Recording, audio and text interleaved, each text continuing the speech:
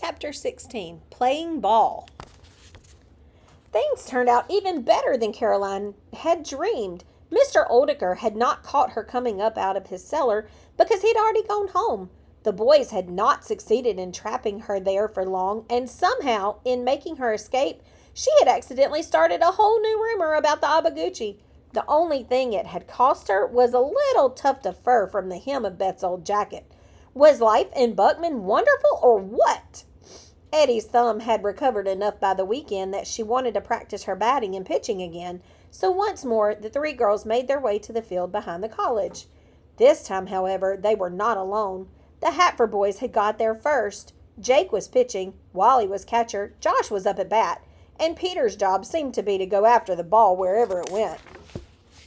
"What do you want?" Jake yelled when he saw the girls. "Scram!" "We have as much right to be here as you do," Beth said. "You don't own this field." Just then Jake pitched. Josh swung his bat, and the ball came whizzing right over to where the girls were standing. Eddie simply put out one hand and caught it in her glove as easily as if she were answering the phone. Caroline could see by the look on the boys' faces that they were getting ready for an argument over the ball when Eddie threw it back to Jake. Whoosh! Jake caught it, but barely. He blinked. Without a word, he threw it to Josh again.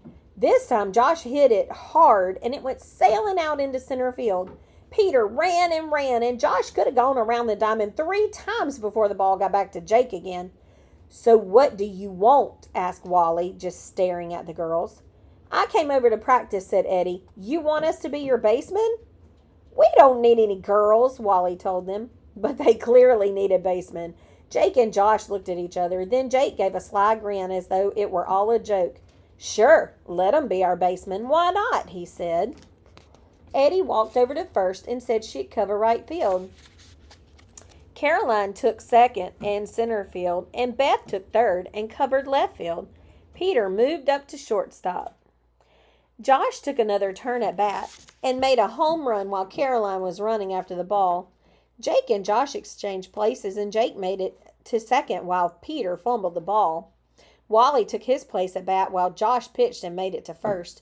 Without any teams or any lineups, the boys kept batting and running until finally Peter sat down on the ground and said he was tired of the game. "Well, see you later," Jake said to the girls as he gathered up his bat and ball. "What do you mean?" said Eddie. "Aren't you going to field for us? Don't we get some batting practice?" "Time for dinner," Josh said, and the boys all laughed. "Why, those rotten rats," said Beth. "We ran our legs off out here, and they're not even going to give you a chance, Eddie." Eddie glared after them. "I'm going to make that team. Don't think I won't," she said. There was a football game that weekend. Buckman versus Salem. Caroline and her sisters and their mother went as usual and sat in some of the best seats on the 50-yard line. Caroline knew all the Buckman College cheers by heart, so that if she didn't succeed as an actress when she grew up, she might be a professional cheerleader instead. The problem was that she got so caught up in the cheers that she shouted them louder than anyone else, and sometimes even sprang to her feet, fists in the air, when the cheerleaders did their final handsprings at the end. 2 bits, 4 bits, 6 bits, $1. All for Buckman, stand up and holler, "Yay, team!" Or, "What do we want? Touchdown! When do we want it? Now!" To which Caroline leapt to her feet and added, "What do we do to Salem? Biff, bam, pow!" "Caroline, for goodness sake, sit down," said Mother, yanking her arm. "Must you act like a pagan?" A pagan? Caroline instantly fell in love with the word. A pagan to her meant a wild, mysterious woman with a primitive soul, sort of a female Abaguchi, or maybe a princess, a pagan princess worshipping the sun who had to escape because she was going to be sacrificed to make crops grow or something. She got so wrapped up in her fantasy that when she saw a player intercept the ball and make a touchdown, she cheered before she realized it was the other team. "That does it. I'm going for a Coke," said Eddie. "I'm too embarrassed to sit on the same bench with her."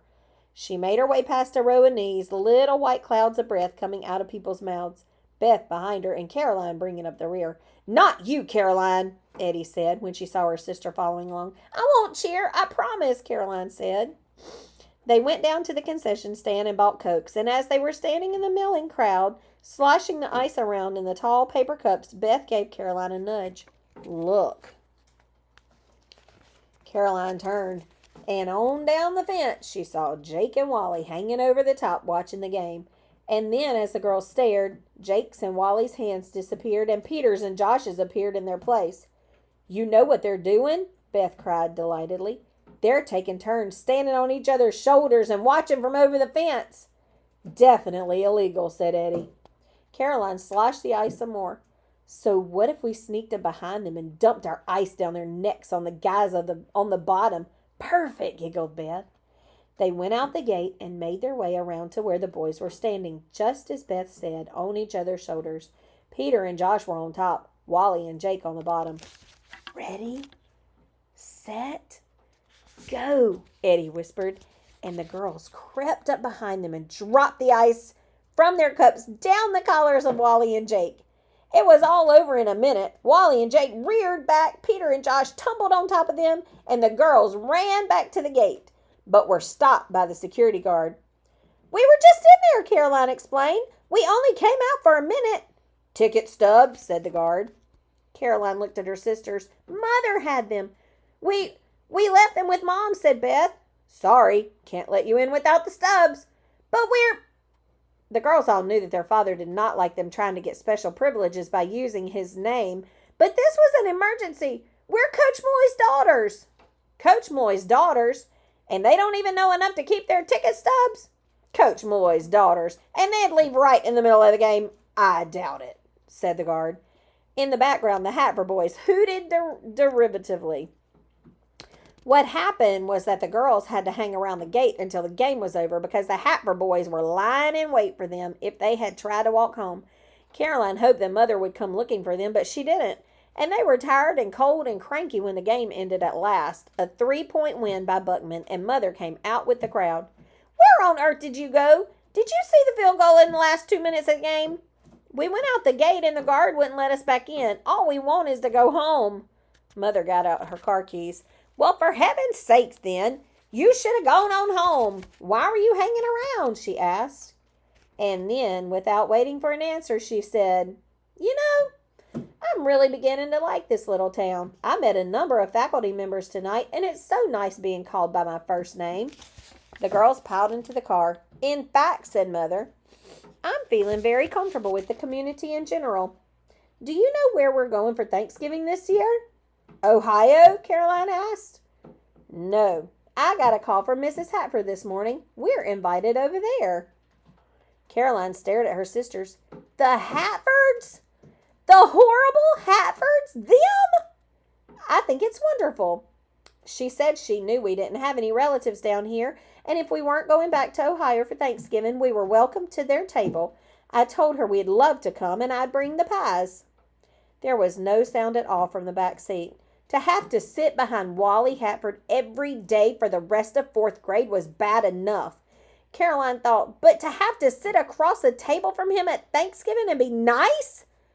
Do we have a choice? Eddie asked after a minute. No, you do not, Mom said.